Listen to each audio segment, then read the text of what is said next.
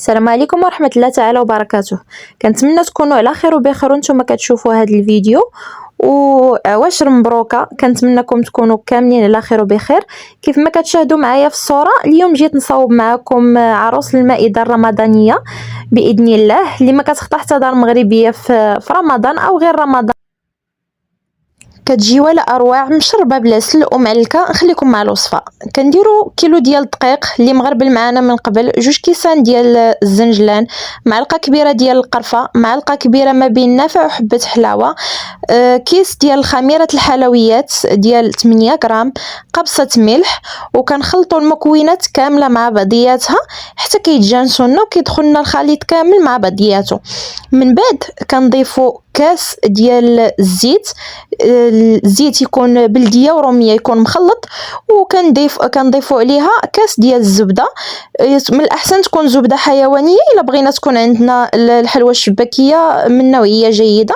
كنخلطوا كلشي مع بعضياته، المكونات في بعضياتها مزيان حتى كيبدا يتجمع معنا الخليط ديالنا.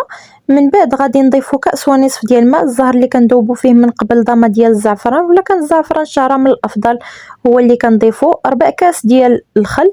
كنجمعوا المكونات مع بعضياتها كامله، كنبداو نجمعوا العجين ديالنا، وكنزيدوا كاس ديال الماء يكون دافي. كنزيدوا شويه بشويه حيتاش كاين دقيق اللي كيشرب، كاين دقيق اللي ما كنحتاجوش نزيدوا داك الكاس كامل. كنبقاو نزيدوا غير بواحد شويه شويه، وكنجمعوا العجين ديالنا حتى كيتجمع معنا وكيعطينا هاد النتيجه هادي. خاصها تكون العجينه متشققه بحال هكايا باش كتجينا الشباكيه ديالنا. كل ما كانت الشباكيه قاصحه شويه كل ما جاتنا فتيه. كنديروها في بلاستيكه وكنخليوها ترتاح واحد 10 دقائق.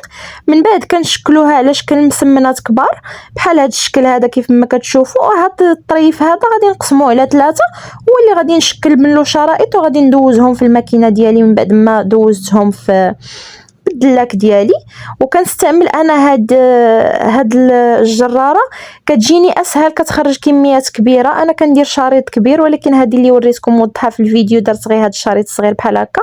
لما تحلتش معنا شي جهه كنكملوا بالجراره ديالنا التقليديه العاديه. هاد الجراره هذه راها متوفره، كتباع في المحلات ب 15 درهم. كيف ما كتشوفوا هذاك هو السمك المطلوب. الا كنتو غدوزوها في الماكينه دوزوها في النمره 5، كتخرج لنا هاد السمك بحال هكا، كتجي زوينه. كيف ما كتشوفوا معايا هنايا درت معكم التشبيكه الاولى، حيت غندير معكم 2 ديال التشبيكات في هذا الفيديو.